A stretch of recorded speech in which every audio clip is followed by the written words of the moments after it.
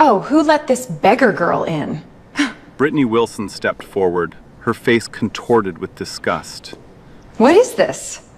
A Halloween costume? She circled the woman, slowly, every employee watching. Cotton. She pinched the sleeve, dropped it like trash. Did you pick it up in the trash can? She laughed. This is Ashford and Whitmore, not Walmart. She pointed to the dress. That rag wouldn't even be usable as a dust cloth here, darling. Giggles erupted from the staff. The woman didn't flinch. She looked at Brittany and said, gently, I want to see the silk scarves, please. not angry, just calm. That calmness infuriated Brittany. Then the CEO rushed over, bowed deeply. Madam A.G. Brittany's legs gave way, her face drained. Who was this woman? And why did the CEO bow? What comes next? Brittany will never recover from. Let's rewind. 45 minutes before that satisfying moment. Washington, D.C., a Tuesday in late spring. The sun sat high over K Street, bouncing off limestone buildings and black government SUVs. 2 blocks from the Capitol, the Ashford and Whitmore flagship store rose like a marble temple, 120 years old. Crystal chandeliers in the lobby, a grand piano playing soft jazz by the elevator. The air smelled like French perfume and fresh-cut lilies. Every surface gleamed. Every employee wore pearl-colored uniforms pressed to perfection. This was not a store. This was a statement. A place where senators' wives browsed cashmere on lunch breaks, where diplomats sent assistants to pick up anniversary gifts, where the cheapest item on the floor, a silk pocket square, cost $300. And right now, an unmarked black SUV was pulling up to the curb outside. The rear door opened. A woman stepped out. She was black, mid-50s, natural curls, no makeup except a touch of lip balm, a thin gold cross around her neck, the only jewelry she wore. Her dress was navy cotton, a simple wrap, $60 from a department store her mother used to clean. Her name was Danielle Sinclair, and she was the Attorney General of the United States, the first black woman to ever hold that title. She turned to the man in the passenger seat, Special Agent Gregory Hollis, her head of security detail. He was already frowning. "Give me 45 minutes," she said. "Stay across the street." Hollis shook his head. "Ma'am, the Attorney General does not just stroll into retail without protection." She smiled. "Today she does. It's my niece's graduation. I want to buy her something myself." Hollis opened his mouth to protest. She was already walking away. Her flat shoes made no sound on the sidewalk. No entourage, no staff, no cameras. Just a woman in a cotton dress walking into a luxury store like anyone else. But Danielle Sinclair was not anyone else. She was the daughter of Eleanor Sinclair, a hotel housekeeper in Baltimore who spent 30 years making beds, scrubbing bathrooms, and folding towels for people who never once looked her in the eye. When Danielle was 11 years old, her mother was accused of stealing a guest's diamond bracelet. The hotel manager didn't investigate, didn't ask questions. He marched Eleanor through the lobby, in front of the Sunday brunch crowd, and told her to empty her pockets. She did. There was nothing. 2 hours later, the guest found the bracelet in her own suitcase, under a scarf, where she had left it. No apology was ever given. Not that day, not ever. Eleanor went home that night and cried in the bathroom with the door shut. Danielle sat on the hallway floor, back against the wall, listening to every sob through the thin wood. She was 11. She made a promise to herself that night. She didn't know what it looked like yet, but she knew, sitting on that cold floor, that she would spend her life making sure what happened to her mother would have consequences for the people who did it. Howard University. Undergraduate, top of her class. Yale Law School. 10 years as a federal prosecutor. 2 terms as a state attorney general. And then, confirmation as the first black woman to serve as Attorney General of the United States. She had not forgotten that bathroom door. Not once. Not for a single day. And now she had a new mission. The Equal Dignity in Commerce Initiative, a federal crackdown on racial profiling in retail. Her office had received hundreds of complaints from black and brown customers who had been followed, refused service, humiliated, or falsely accused in luxury stores across the country.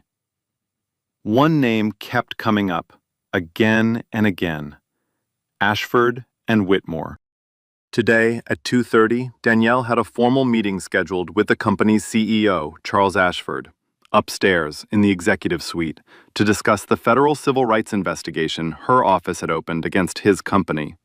But she had arrived early, on purpose, not just to buy a silk scarf for her niece Maya, who was about to become the first in her generation to attend college at Spelman, pre-law, but to walk through the front door of this store the way her mother used to walk into rooms, quietly, without title, without protection, to see what this place looked like from the other side of the counter.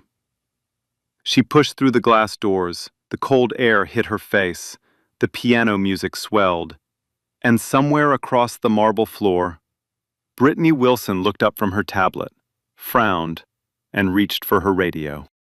Danielle had barely taken 5 steps inside before she felt it, that feeling, the one every black woman knows, the invisible weight of being watched, not with curiosity, not with interest, with suspicion.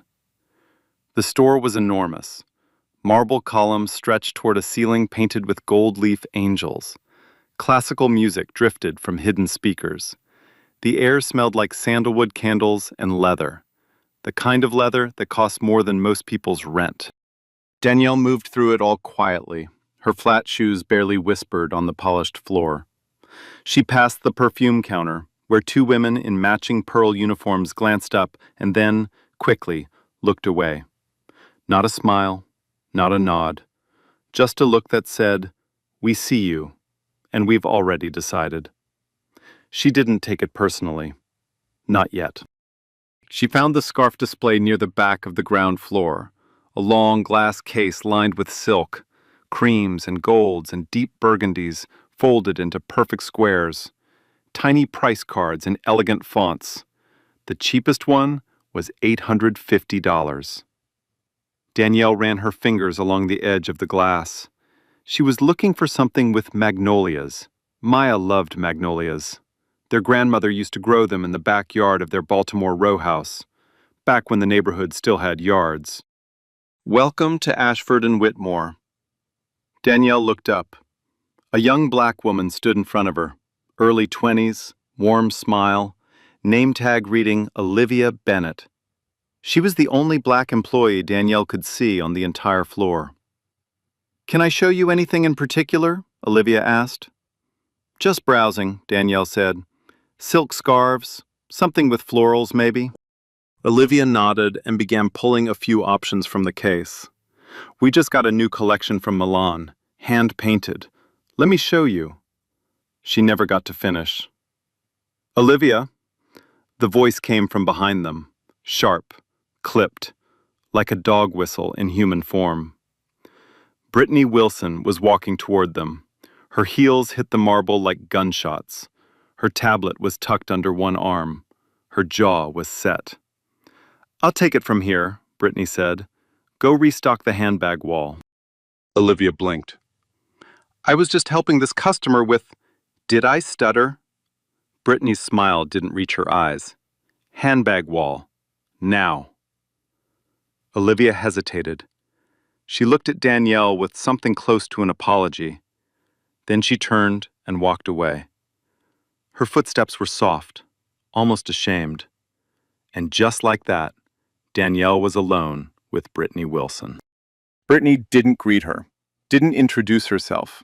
She just stood there, arms crossed, chin lifted, and looked Danielle up and down, slowly, the way you'd examine a stain on an expensive couch. Her eyes stopped on the dress, stayed there. "So," Brittany said, "you're browsing." "I am." "These scarves." Brittany tapped the glass case with one manicured nail. The sound was sharp, deliberate. "They start at $850. The ones Olivia was about to show you? Those are $1,200. Each." She paused, let the number sit in the air like a wall between them. "I just want to make sure," Brittany continued, tilting her head, "that we're not wasting anyone's time here. Mine, Olivia's, yours." Danielle met her eyes. "I appreciate the information. I'd still like to look." Something flickered across Brittany's face. Irritation. She wasn't used to this. Women like Danielle, the ones she had already decided didn't belong, they usually left by now. They'd mumble something, put down the item, and walk out with their eyes on the floor. That was the script. Danielle wasn't following the script. Brittany recalculated and escalated. She turned slightly, just enough to angle her voice toward the two associates at the nearby counter. She wanted an audience. She always did.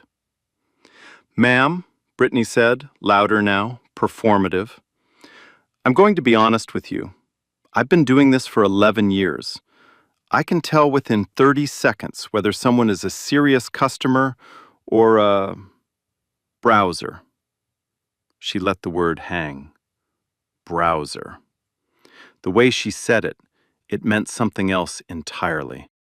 "And right now," Brittany continued, "I'm looking at a browser." She uncrossed her arms and gestured at Danielle's dress, openly, theatrically, like a game show host revealing a losing prize. That fabric, cotton poly blend at best, off the rack, probably under $100, and honestly, I'm being generous. Her voice carried across the floor like she wanted it to. "Our clientele shops in Chanel, in Valentino, in custom pieces that take 6 months to make." She leaned in, not whispering, the opposite. "You're not our clientele, ma'am. And I think, deep down, you already know that." Two customers nearby turned to watch. One of them, an older white woman in a cream blazer, raised an eyebrow and nodded slowly, like she agreed, like Brittany was doing her a favor by cleaning up the room. Danielle's jaw tightened, just slightly, just enough that only someone who knew her, really knew her, would notice. But her voice stayed level. "I'd like to purchase a scarf," Danielle said, "for my niece. She's graduating." "How sweet," Brittany said. The word came out like vinegar. "But I'm not sure we have anything in your budget. Have you tried the mall on H Street? They have lovely options. Very affordable." She reached into her pocket, pulled out a business card from the sister store, held it out between two fingers, like she was handing a tissue to someone who had sneezed on her. Danielle didn't take it. "I'd like to stay here," she said. Brittany's smile disappeared. Something harder took its place. Something uglier. What happened next changed the temperature of the entire room. Brittany turned to a passing associate, Theodore Hayes, the assistant manager. He was mid-30s, pale, and had the permanent look of a man who spent his career avoiding conflict at all costs. "Theodore," Brittany said, not quietly. "Radio Bradley. Tell him I need security at the scarf counter." Theodore froze. His hand stopped halfway to his earpiece. "Security? For what?" "Just do it." Brittany didn't look at him. Her eyes were locked on Danielle. "We have a situation." The word echoed across the polished floor. Situation. Two more customers looked up.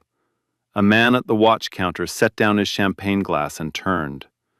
The piano player's fingers slowed. Even the perfume girls at the front, the ones who hadn't smiled, were staring now.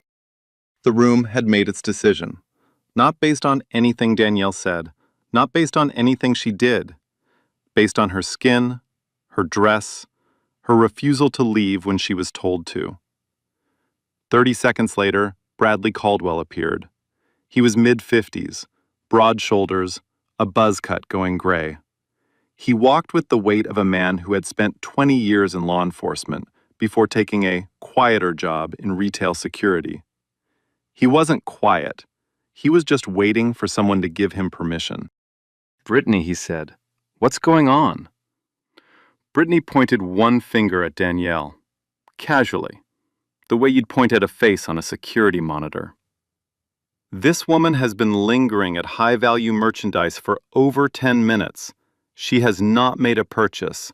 She does not appear to be a customer." She paused, smiled at Danielle, that same vinegar smile.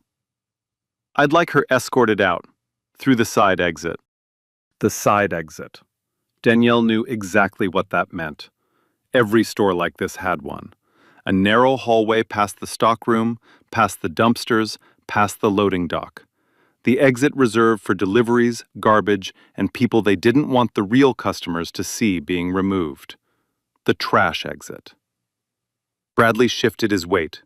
He looked at Danielle, then at Brittany, then back at Danielle. "Ma'am," he said, not unkindly, but firmly, "would you like to come with me?" Danielle looked at him, then at Brittany, then at the silk scarf behind the glass, cream-colored, hand-painted magnolias curling along the border, the one she had walked in here to buy.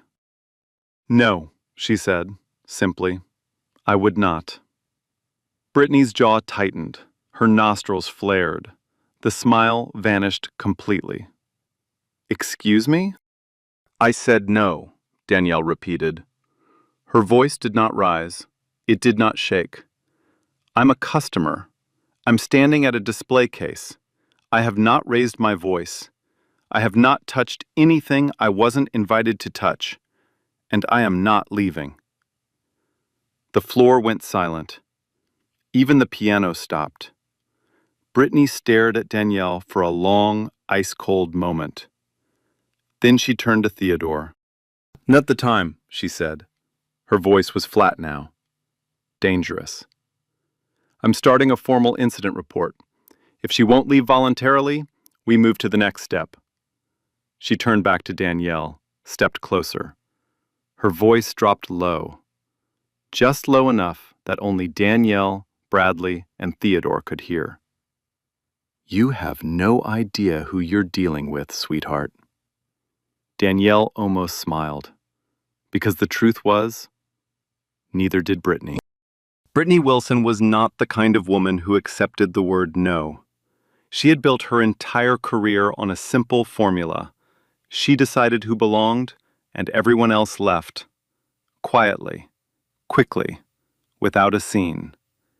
It had worked for 11 years. Not once had a customer stood at her counter, looked her in the eye, and refused to move. Until now. And it was making her dangerous.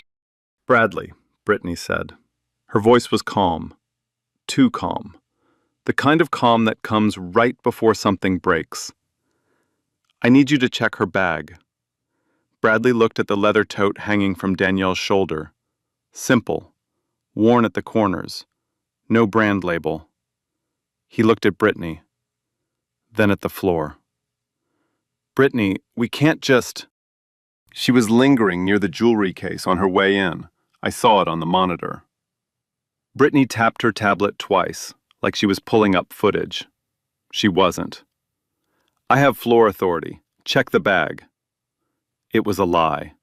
Danielle had never gone near the jewelry case. She had walked straight from the entrance to the scarves, in a straight line, on camera. But Brittany said it with such confidence, such practiced, polished authority, that nobody in earshot questioned it. Bradley turned to Danielle. His voice dropped, almost apologetic. "Ma'am, would you mind if I just took a quick look inside?" Danielle looked at him, steady, unhurried, the way a woman looks at someone when she's already 10 steps ahead. Yes, she said, I would mind. You have no probable cause. I have not stolen anything, and I would like to speak to this store's general counsel. The words landed like stones dropped on glass. Bradley took half a step back. He felt it, the weight of what she'd just said. Probable cause. General counsel. Those weren't the words of a woman who didn't know her rights. Those were the words of someone who had spent her life enforcing them. But Brittany didn't hear it. She didn't want to. She laughed. Not a real laugh, a performance. She turned to the staff nearby, 3 associates, all watching now, and shook her head slowly, theatrically, the way a teacher shakes her head at a child who gave the wrong answer on purpose. General counsel, Brittany repeated. Oh, honey, you don't get to demand a lawyer in my store. She uncrossed her arms and took a step forward. This isn't a courtroom. This isn't a police station. Another step. Close enough now that Danielle could smell her perfume. Sharp, floral, suffocating. This is my floor, and on my floor, I decide who stays and who goes. She let that sit. Let it echo off the marble. Then she leaned in even closer and spoke slowly, word by word, deliberately, like she was talking to someone who didn't understand English. You need to leave now. Danielle didn't move, didn't blink, didn't shift her weight. Or what? She said. Something flashed in Brittany's eyes. Not anger, delight. She had been waiting for this, a reason to go further. Or I call the police, Brittany said. She held up her phone, waggled it. And they will come, and they will remove you. Believe me. She dropped her voice to a stage whisper, loud enough for every associate in earshot. They always listen to me. I know them all by name. She turned to her staff, spread her hands wide. The martyr, the protector of civilization. It's unbelievable, isn't it? You try to help these people. You offer them another store. You treat them with patience, with kindness. And this, she gestured at Danielle like she was pointing at a mess on the floor. This is the gratitude you get. These people. The phrase settled over the room like smoke. And what happened next made Danielle's stomach turn. 2 customers, a couple in matching Burberry coats standing near the watch counter, actually nodded. The man lifted his champagne glass slightly, like a toast. Good for you, he said to Brittany. You shouldn't have to deal with this kind of thing. This kind of thing, meaning this kind of person. Brittany glowed. She straightened her blazer, smoothed her hair. She was winning. She knew it. Everyone on this floor had chosen a side, and they had chosen hers. Everyone except one person. Across the floor, behind the handbag display wall, Olivia Bennett stood completely still. Her right hand gripped a leather strap so hard the veins on her wrist were visible. Her left hand held her phone, tucked behind the shelf, screen down, out of sight. The red recording light was blinking. She had been filming for 4 minutes.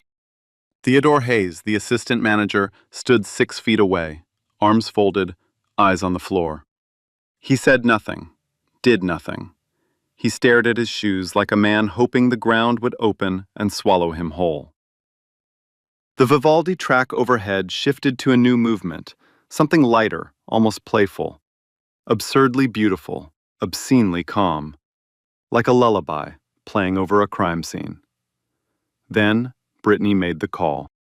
She pulled out her phone, dialed with one hand, held it up beside her ear, speaker tilted outward so the whole floor could hear. She wanted witnesses.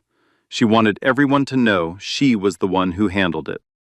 Yes, hi, this is Brittany Wilson at Ashford and Whitmore, Connecticut Avenue location. We have a woman refusing to leave the premises. A pause. She looked directly at Danielle while she spoke. African American, mid-50s, wearing well, she scanned the dress one more time, slowly, savoring it. A very inexpensive dress, possibly trespassing. We need an officer dispatched immediately. Yes, thank you. She hung up, slid the phone into her blazer pocket, crossed her arms, tilted her chin. 5 minutes, she said. They'll be here in 5 minutes.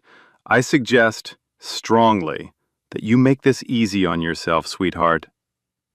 Danielle stood perfectly still, hands at her sides, breathing even, face unreadable. She glanced up toward the second-floor balcony. Through the glass railing, she could see the edge of a long conference table, a woman in a gray suit arranging folders, the executive offices. She checked her watch. 1:48 p.m. 42 minutes until her meeting. She turned back to Brittany, and for the first time, her voice changed. Not louder, not sharper, but heavier, older, like she was carrying something she'd been holding since childhood. I'd like you to think very carefully, Danielle said, about what you've done in the last 15 minutes. Brittany rolled her eyes so hard her whole head moved. Save the speech, honey. I'm telling you as a courtesy, Danielle continued. Once this goes further, I will not be able to walk it back for you, even if I wanted to. Brittany threw her head back and laughed, full, loud, theatrical. She spun toward Bradley, toward Theodore, toward anyone who would look at her. Oh my God, did you all hear that? She's threatening me. A woman in a $60 dress is threatening me. In my own store, on my own floor. She turned back, wiped an imaginary tear from her eye, still laughing. Should I be scared, Bradley? Should I be shaking right now? Bradley said nothing. His jaw was locked. His right hand hovered near his belt, old habit from 20 years on the force. He looked deeply, physically, uncomfortable. But he didn't stop it. Nobody stopped it. Nobody ever did. Then came the moment that changed everything. Brittany stepped forward. Close. Too close. She dropped her voice, but not to a whisper, to a hiss. The kind that's designed to cut and be overheard at the same time. Intimate and venomous. Let me tell you something, sweetheart, and I want you to really, truly hear me. She tilted her head. Her eyes were flat, empty, like looking into two polished coins. I don't know what neighborhood you crawled out of this morning.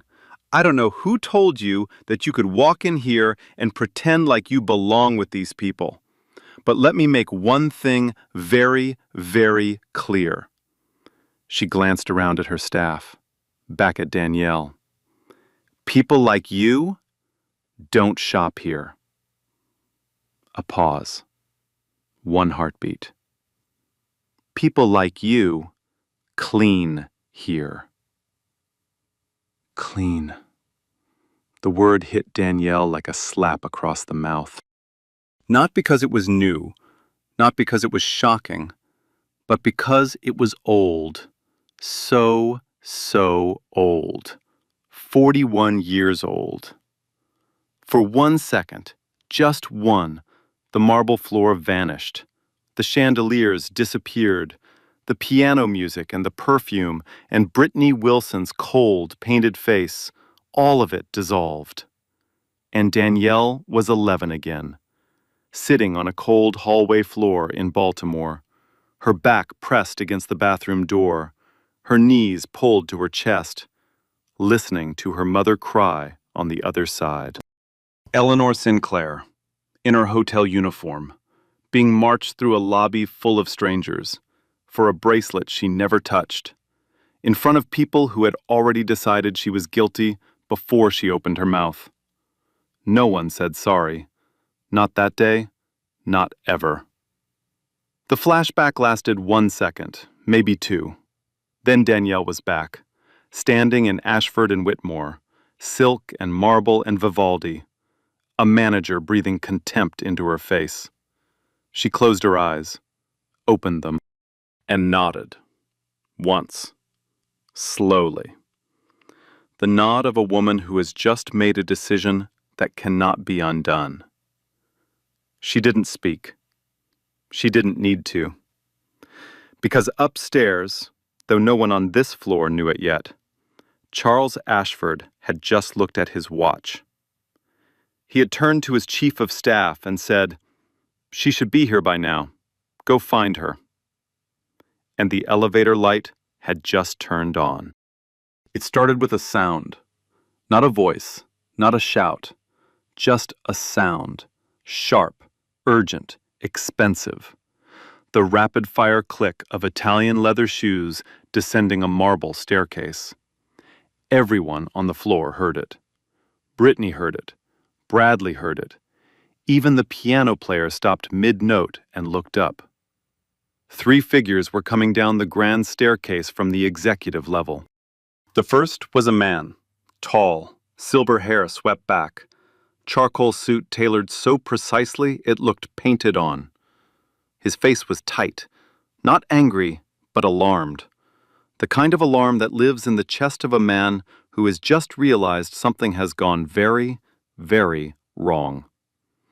Behind him, a woman in a black blazer carrying a leather portfolio, General Counsel.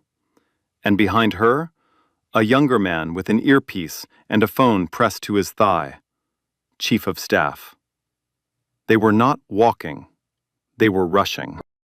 The man in the charcoal suit, Charles Ashford, CEO of Ashford and Whitmore, reached the bottom of the staircase and scanned the floor.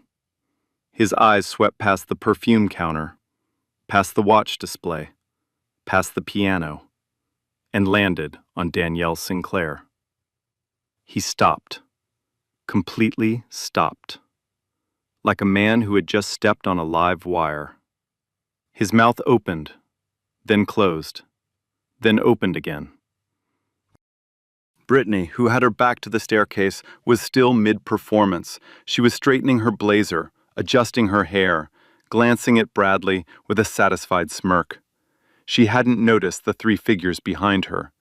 She hadn't noticed anything, because she was still living in a world where she was in charge. She was saying something to Theodore, something about the incident report, something about pressing charges. She never finished the sentence. Because Charles Ashford walked right past her, not around her, through her space, like she wasn't there, like she didn't exist.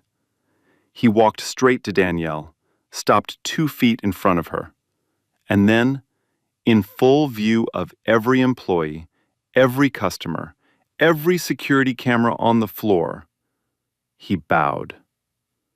Not a nod, not a handshake, not the polite half-bow of a businessman greeting a colleague. A deep, full, formal bow from the waist, the kind reserved for heads of state, the kind that comes from genuine reverence and genuine fear. "Madam Attorney General," he said. His voice cracked on the second word. "Madam A.G., I am so deeply sorry. I had no idea you were already on the floor. We were scheduled for 2:30, and we should have..." He couldn't finish. He was looking at her face, at the calm, at the dress, at the quiet, unshakable dignity of a woman who had just been called a beggar and hadn't flinched. And then, slowly, horribly, he began to notice the rest. The spilled business card on the floor, the security guard standing 3 feet away, the staff still frozen mid-smirk, the 2 customers with their champagne glasses raised in a toast to Brittany's performance. His face changed. The reverence drained out. Something darker replaced it. "Madam A.G.," he said, quieter now, almost a whisper. "What happened down here?" Behind him, Brittany Wilson's brain was still catching up with her body, because her body already knew. It started in her hands. They went numb. The tablet slipped from under her arm and hit the marble with a crack that echoed across the floor. Then her chest. A pressure. Sudden, massive, like all the air in the room had been sucked out at once. Then the words. They hit her one at a time, each one heavier than the last. Madam Attorney General. Her right hand shot out, reaching for the scarf display table. Her fingers closed around the edge. Her knees buckled. Not slowly, not gracefully. They just gave out, like someone had cut the strings holding her up. The table went with her. Glass cracked. Silk scarves spilled across the marble in a wave. Creams and golds and burgundies sliding in every direction. One of them, the cream one with the hand-painted magnolias, landed at Danielle's feet. Brittany hit the floor, on her knees, surrounded by silk. Her mouth was open. No sound came out. The room held its breath. Olivia, behind the handbag wall, let out one sharp gasp, then a single choked laugh, then clamped her hand over her mouth. Her phone was still recording. Bradley took 2 full steps backward. His back hit the jewelry case. His face was the color of old cement. Theodore closed his eyes. He exhaled through his nose, long, shaking, the breath of a man watching his entire career collapse in real time.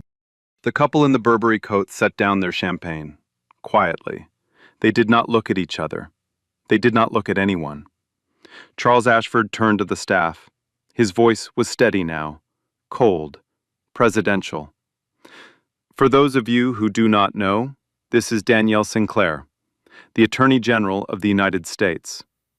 She is here today because this company is the subject of a federal civil rights investigation.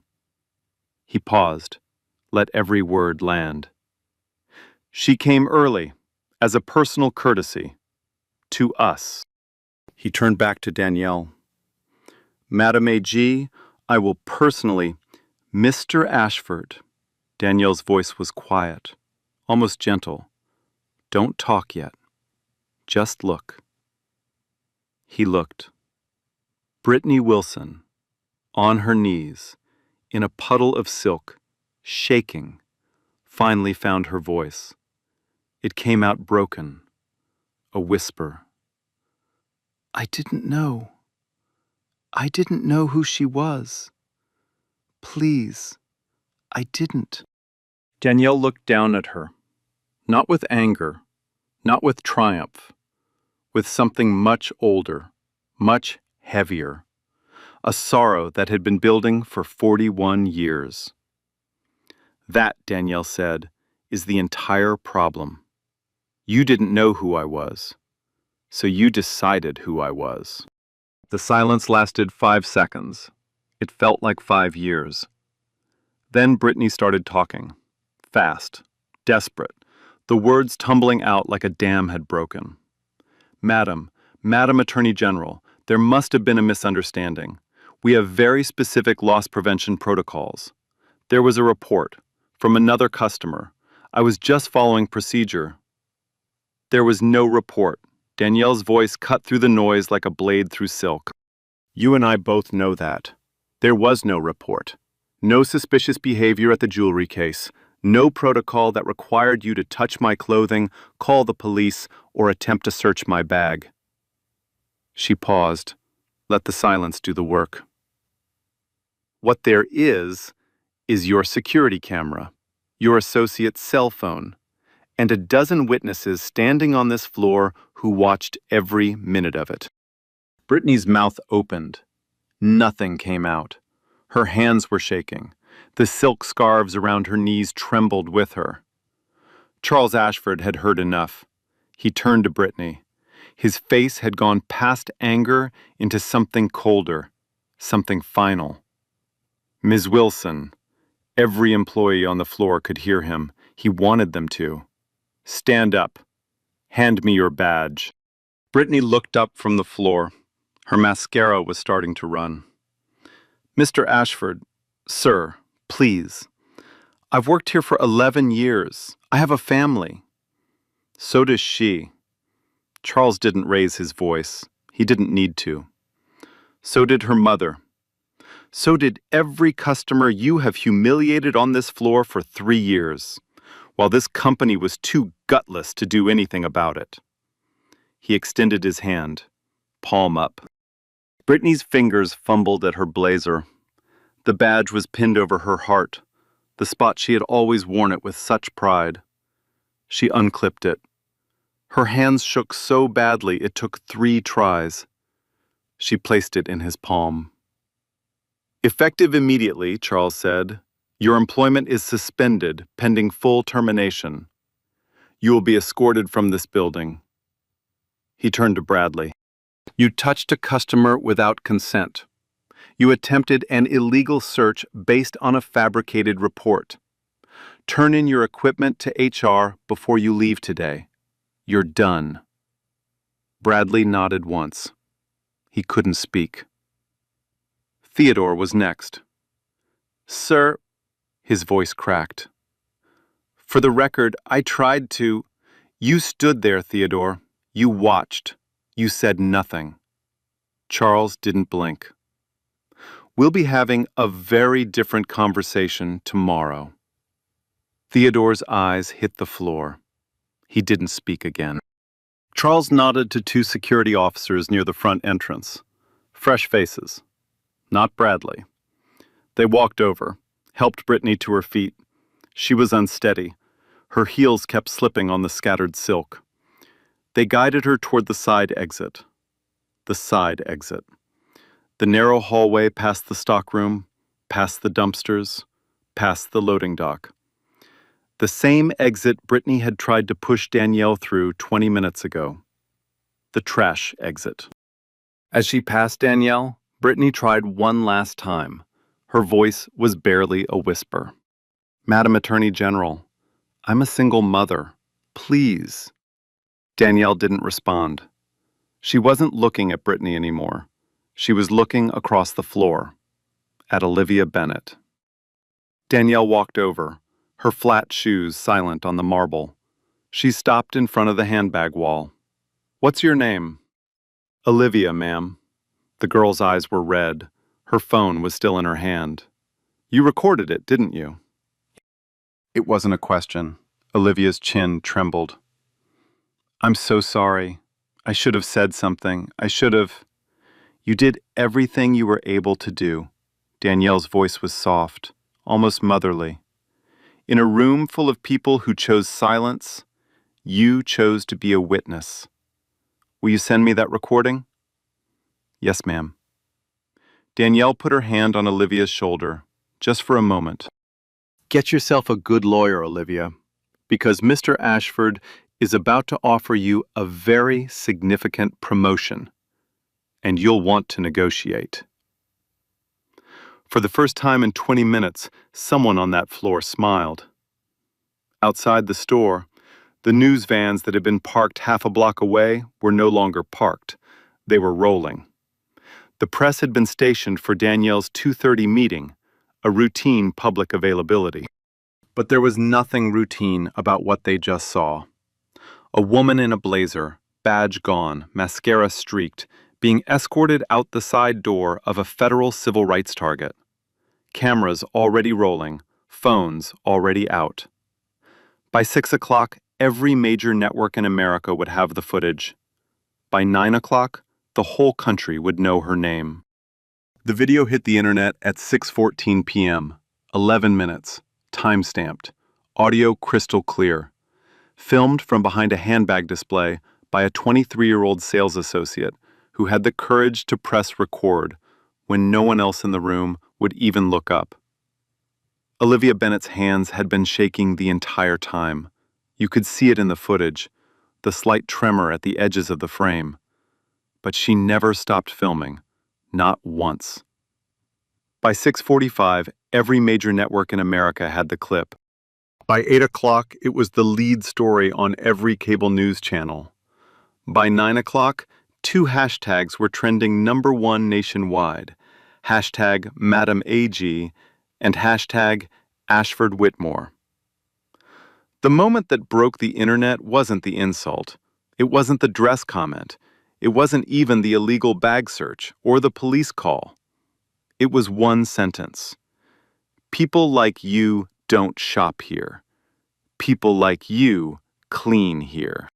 11 words, delivered by a store manager to the Attorney General of the United States, on camera, in front of a dozen witnesses. The clip was played on loop, morning shows, evening news, late-night monologues. Social media turned it into memes, reaction videos, essays. A 16-year-old in Atlanta turned the audio into a spoken-word poem that got 40 million views in 3 days.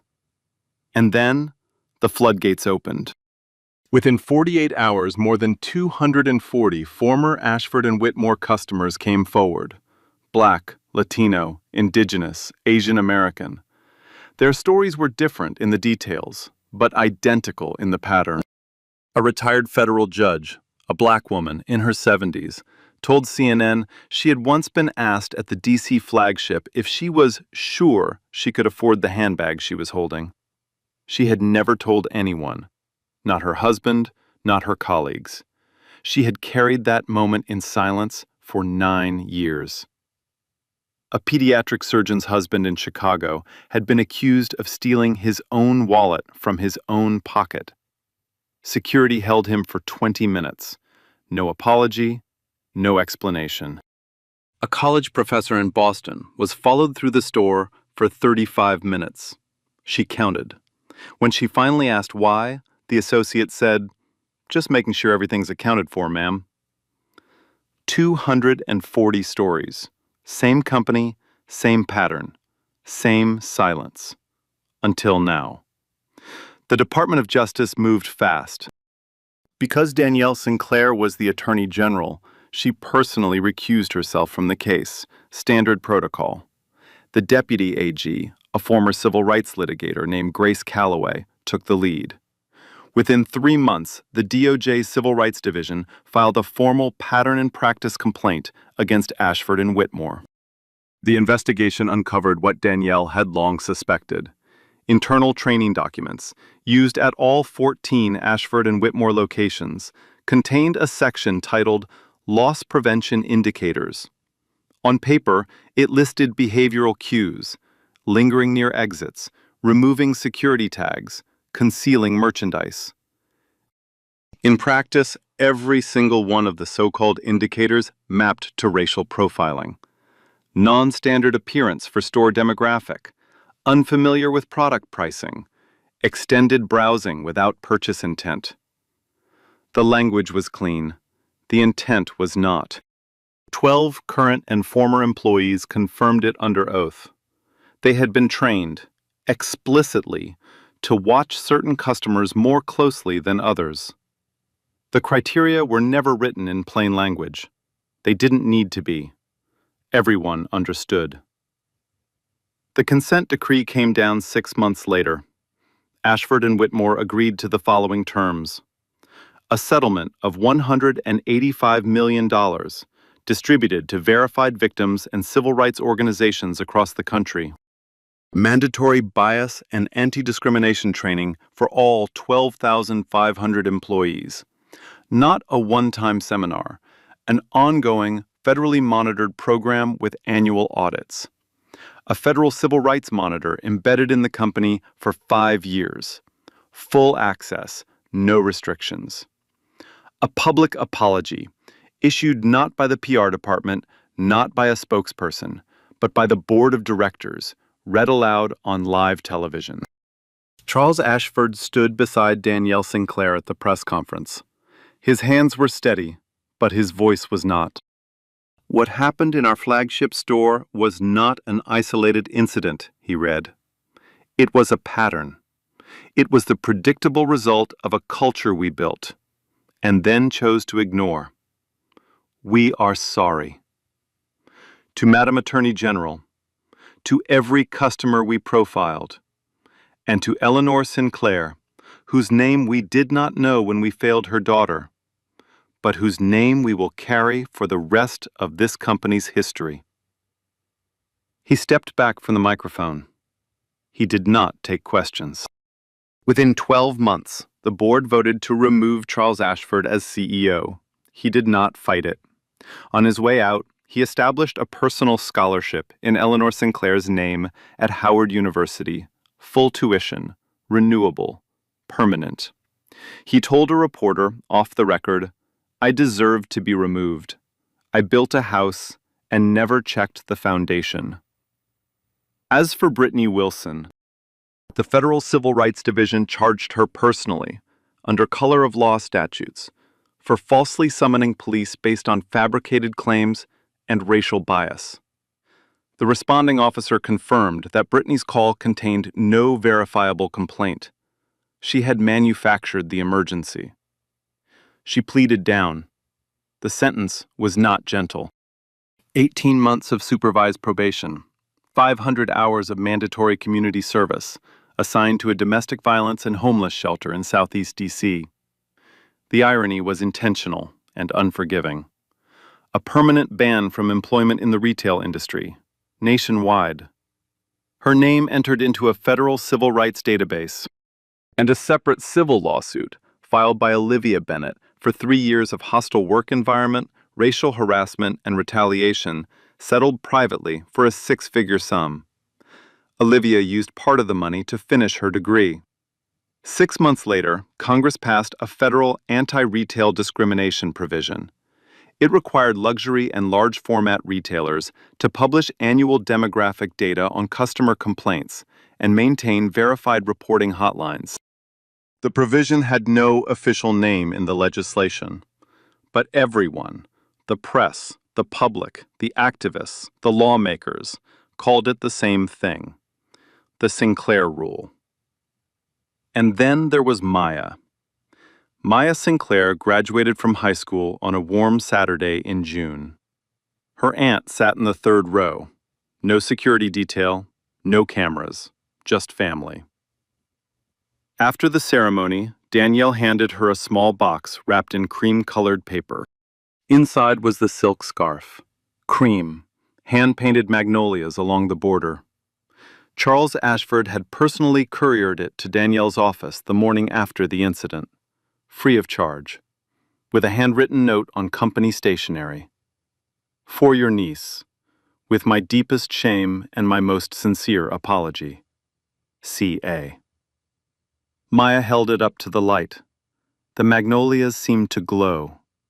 She wore it across her chest for every photo that afternoon. The image went viral within hours. 1 year later, the Department of Justice press room was full, every seat taken. Cameras lined the back wall 3 rows deep. The air smelled like coffee and fresh paper. Danielle Sinclair stood at the podium. Behind her hung a portrait she had personally commissioned and fought to place there. It showed a woman in a hotel housekeeper's uniform, navy blue, white collar, name tag slightly crooked. She was smiling. Not a big smile, the quiet kind. The kind that belongs to a woman who has spent her life being invisible, but has never once stopped standing. Eleanor Sinclair, taken in 1984. The only photograph Danielle had of her mother, smiling at work. There had been rules about which portraits could hang in the DOJ lobby. Old rules, unwritten rules. Rules about rank and title and legacy. Danielle changed the rules. She did not mention Ashford and Whitmore in her speech. She did not mention Brittany Wilson. She did not mention silk scarves or marble floors or side exits. She didn't need to. The first line of her address was enough. My mother was not a thief. She never was. And neither were any of the women or men or children who have ever been treated like one, because of the color of their skin or the price of their dress. The room was silent. Then, applause. Long, rolling. The kind that starts in the chest.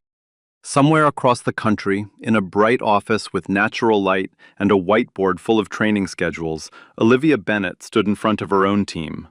14 people. Diverse. Attentive. She was the new regional director of diversity and inclusion at a competing retailer. Hired not because of what happened to her, but because of what she did about it. She was teaching them something simple, something Ashford and Whitmore never taught her. Every customer who walks through that door, she said, is a person first. Before the clothes, before the wallet, before your assumptions. A person. Start there. Somewhere else, in a department store in Northern Virginia, Bradley Caldwell stood behind a new security desk. Different store, different uniform, same broad shoulders. A young floor manager approached him, pointed toward a black teenager browsing the sneaker wall. "Keep an eye on that one, will you?" Bradley looked at the teenager, then at the manager. "No, ma'am," he said, quietly, firmly. "I won't be doing that. I've made that mistake before." The manager blinked, walked away. The teenager kept browsing, unbothered, unaware, free. And somewhere in Southeast D.C., in a fluorescent-lit shelter that smelled like industrial cleaner and instant coffee, Brittany Wilson pushed a mop across a linoleum floor. She wore no blazer, no badge, no heels. She was alone. The hallway was empty. The only sound was the wet drag of the mop and the hum of the overhead lights. She was not redeemed. She was not transformed. She was just smaller. If you've ever been the Danielle in that room, the one who was judged before you spoke, drop an "I see you" in the comments. If you've ever been the Olivia, the one who picked up the phone, the one who told the truth when it was easier to look away, drop an "I see you" too. And if you've ever been quiet, if you've ever watched and said nothing, ask yourself why. Because dignity isn't something you wear, it's something you're owed. And silence is a choice. Hit that like button if you believe that. Subscribe if you want more stories where the truth comes home, in full, with the receipts. And share this with someone who needs to hear it today. One last thing.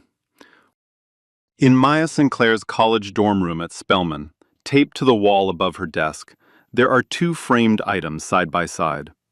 The cream silk scarf with the hand-painted magnolias, and her grandmother's old hotel name tag. Beneath them both, in her aunt's handwriting, a single line. Walk into any room like your mother is watching, because somewhere she is. Here's what I want you to take from this. Every single person who walks into a room is carrying a story you know nothing about. You don't know where they've been. You don't know what they've done. You don't know who they are. All you see is outside, the clothes, the shoes, the skin, and you think that enough to decide whether they matter. It's not. It never was. And that's a mistake most people make. I look at someone and in 3 seconds, they decide this person belongs, this person doesn't, this person deserves my respect, this person doesn't. Based on what? A dress? A handbag? A price tag on someone's outfit? That's not judgment, that's laziness, and it will cost you more than you think. So here's the lessons. Treat people like people first, before the clothes, before the wallet, before your assumptions. Because the person you look down on today might be the most powerful person in the room, but even if they are not, even if they are nobody famous, nobody important, nobody with a title, they still deserve to be treated like a human being. That's not special treatment, that's a bare minimum. Like, share and subscribe. Real stories, Justice every week. And remember, dignity isn't something you earn with expensive clothes. It's something every person is born with. Stop pretending you get to decide who deserves it.